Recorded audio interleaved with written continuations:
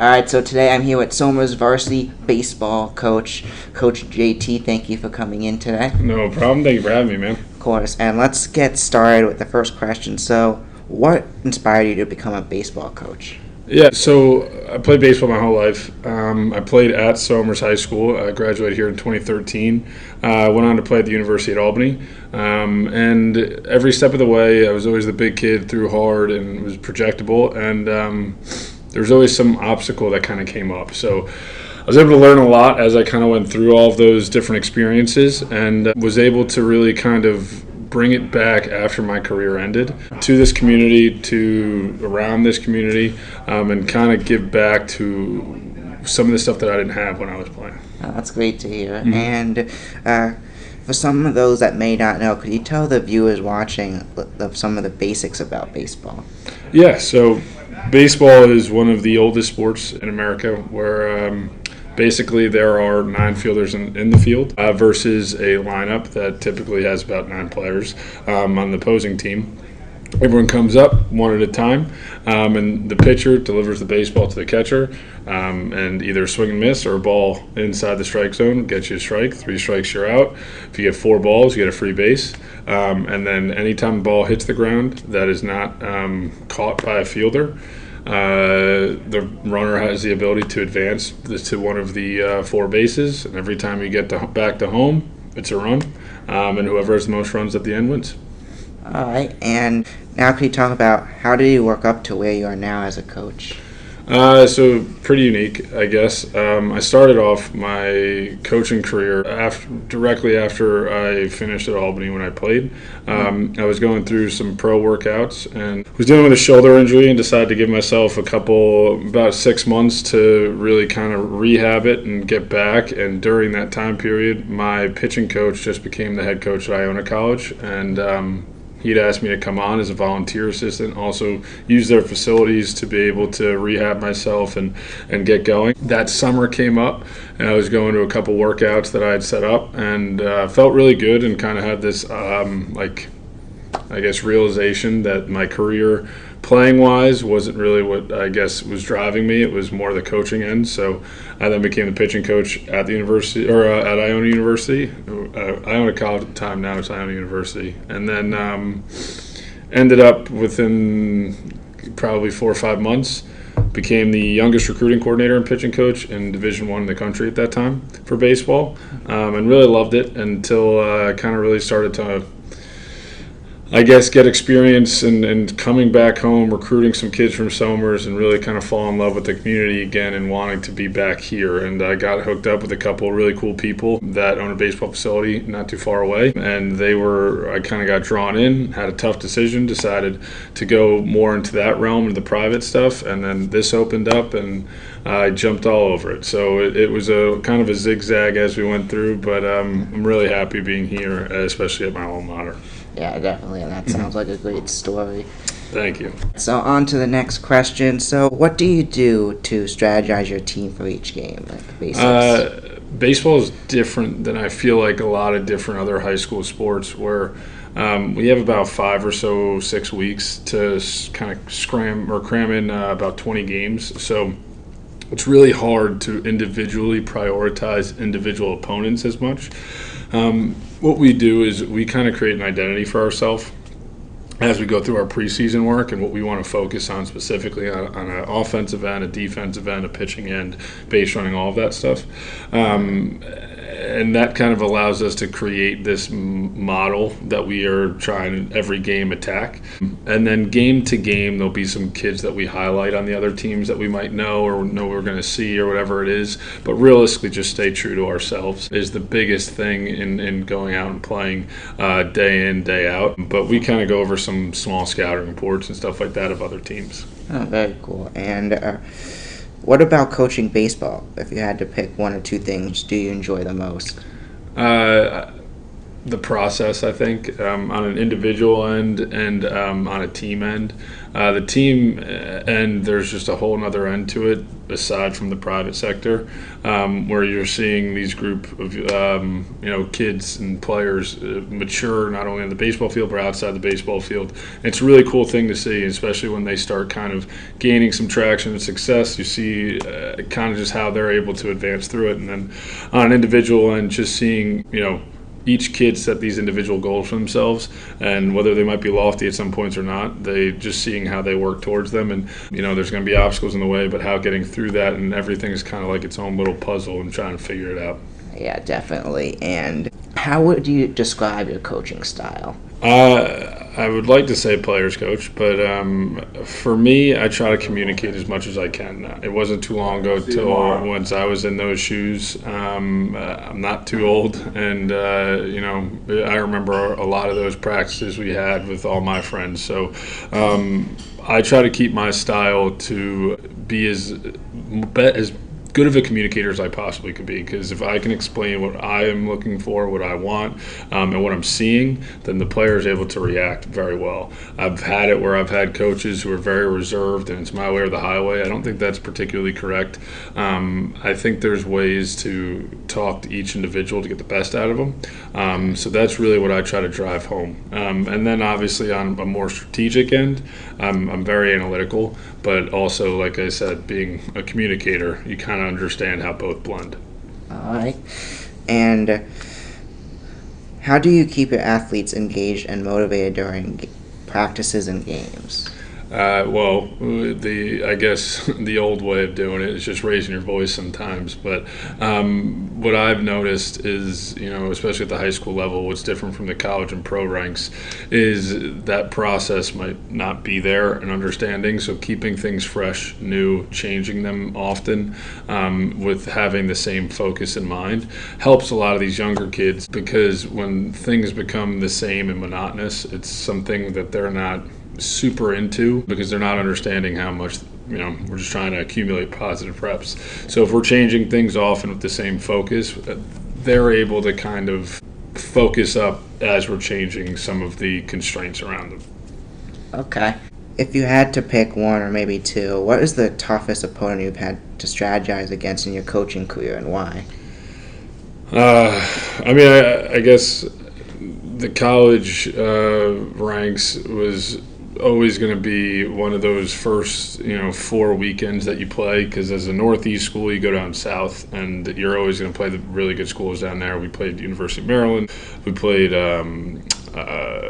College of Charleston, New Mexico State, a bunch of really good teams, and there was a lot of unique aspects that we had to kind of understand as we go down there, because it's a different brand of baseball that they play. Yeah. So that was always a little bit transitionary for us. But at the high school ranks, as I was kind of transitioning out of it, it's tough to say one specific opponent, but there's a lot of really, really good programs in the area that they're just continuously always, pumping out really good players. Yorktown, who's a rival of ours, Mayapack, who's also, next door. Fox Lane's always really, really good. So it's one of those things where those guys are always putting on a brand of baseball that is always tough to defend. And you have to take so many other things into account when playing those guys. So just making sure the team as a whole's focus is always a challenge. So I would probably say one of those blue blood programs in the area.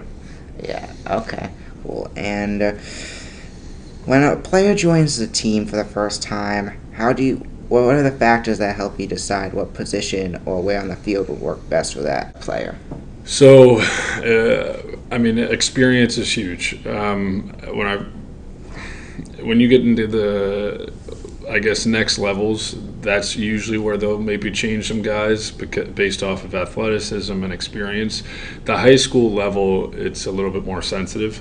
So if you take a kid who's played shortstop his whole life and you want to go make him a right fielder, for him it's a completely different thing, without really understanding it isn't. It's just another game, a position in the game of baseball. But it's, for me, I greatly take an experience, and then how, based off of that, we could bridge another opportunity for that kid. See initially how they look out there naturally with their instincts, because that is a big thing. We've done that last year with one of our captains. John Robinson was always a middle infielder, and we put him in center field, and he did a great job because his instincts were there, and he played up the middle. So transitioning him to the center field position, a lot of the same reads off the bat stayed consistent. So that's another thing we take into account, where if guys are always a second baseman and we have an open spot in right field, moving them, keeping them on the same side of the baseball, so a lot of the same baseballs that are coming off the bat stay true. So there's a lot of things, and it also depends on the kid's character. Just how tough is he mentally? Is he able to kind of deal with the failure and not just run away? So there's a lot, I guess, factors with that, but it's case to case. So I guess what we do is we really just kind of look at what our needs are individually as a team, and then based off of that, kind of to see what our options might be. Okay. And what does a typical practice look like for you and the team? So realistically, what our normal practice is, we have a practice plan every day where we kind of go through some mobility work, some activation, some dynamic stuff, getting the arm ready. Each position group has a throwing program that they do based off of some different components, just getting different types of reps and different types of throws in.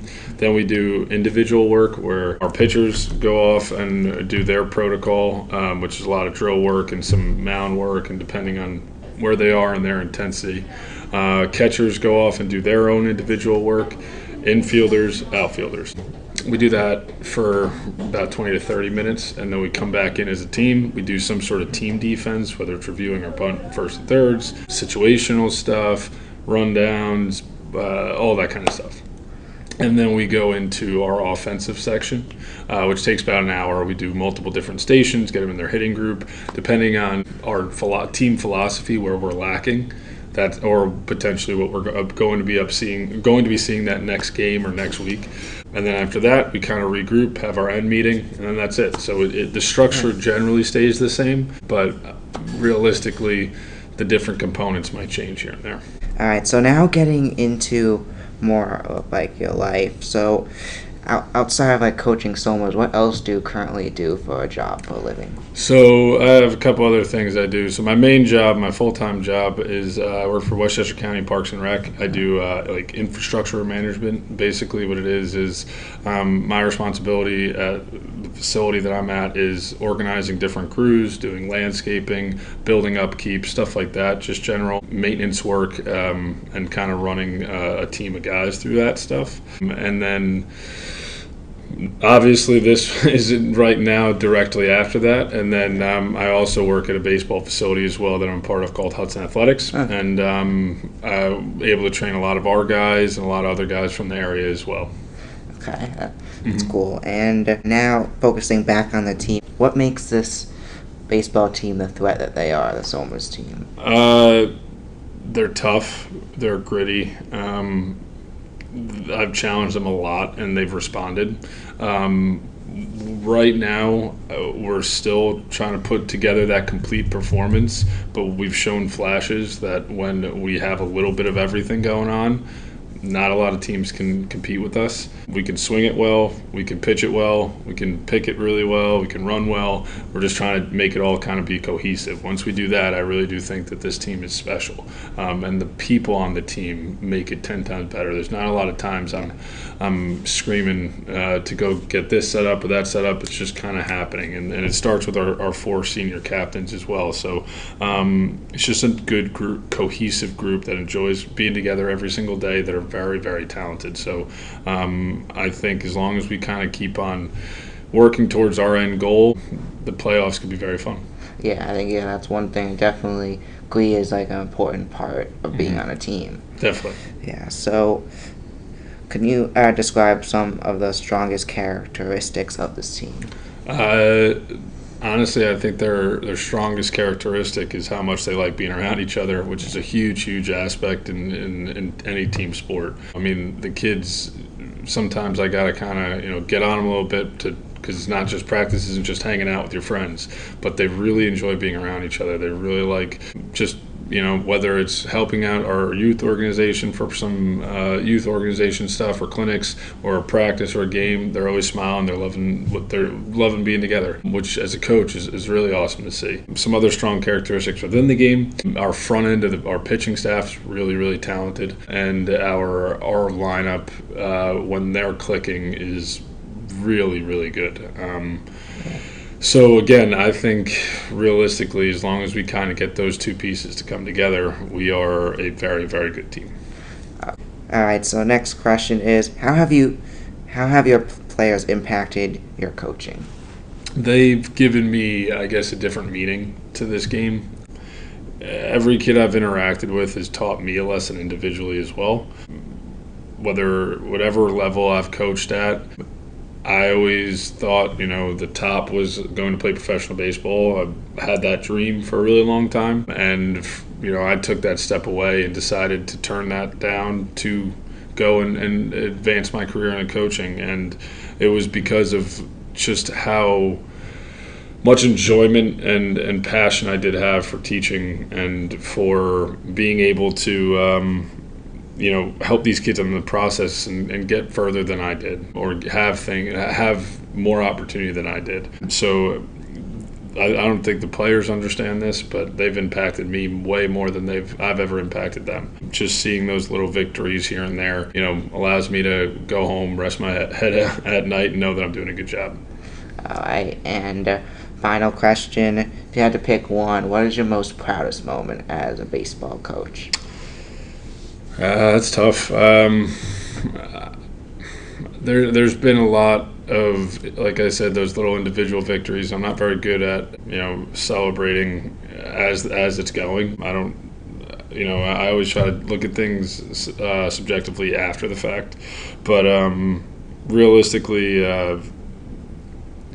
honestly, it's at the end of the season, having those end of the year meetings, talking to the kids, and realistically, when they're coming back and they're saying this is the most fun I've ever had playing baseball, or thank you for making my last year of baseball amazing, or whatever it is, and or those signing days that we have here, and being able to see the parents and knowing that we had a little piece in each kid's commitment, and giving them those opportunities to go on and do something special. So those for me are the proudest moments I have as a coach. The wins are awesome, and hope to bring a championship soon to the Somers. But at the end of the day, the proudest things for me is seeing the kids develop, like I said, on and off the field. Yeah, that's definitely important and great to see. But I want to thank you so much for coming in today. Thanks for having me, man. I really appreciate it. Thank you, and good luck for the rest of the season. Thank you very much.